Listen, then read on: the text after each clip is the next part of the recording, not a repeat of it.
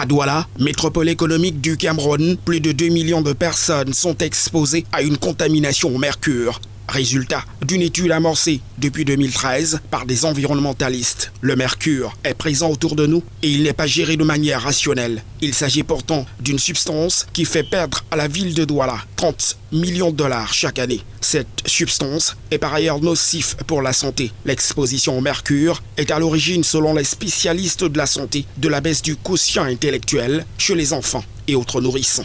Le principal effet de ce métal, c'est sur le système nerveux, c'est-à-dire sur le cerveau de l'être humain, avec notamment une diminution des capacités intellectuelles du sujet qui est exposé au mercure. On peut avoir des troubles de mouvement comme des tremblements, donc des troubles même de l'attention.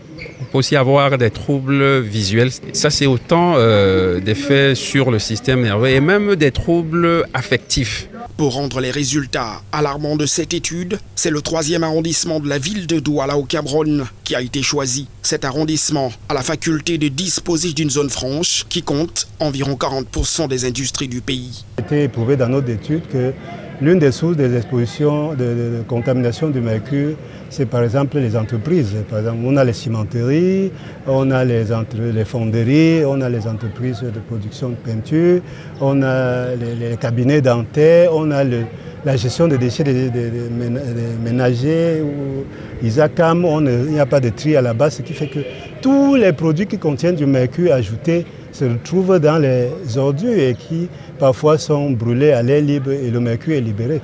Seulement, même brûlé, affirment les experts, le mercure n'est pas détruit, il change uniquement de forme. Seule alternative pour le pays de Paul Biya, ratifier la convention de Minamata sur le mercure. Question de gérer de manière rationnelle le taux de mercure introduit dans le pays. Il s'agit de manière concrète d'interdire l'utilisation des thermomètres classiques au profit des thermomètres digitales, tout comme l'usage de certaines ampoules présentées comme économiques et utilisées pour l'éclairage des domiciles et qui très souvent achèvent leur cycle de vie dans des rigoles ou des bacs à ordures. De simples illustrations qui montrent à suffisance l'urgence à agir.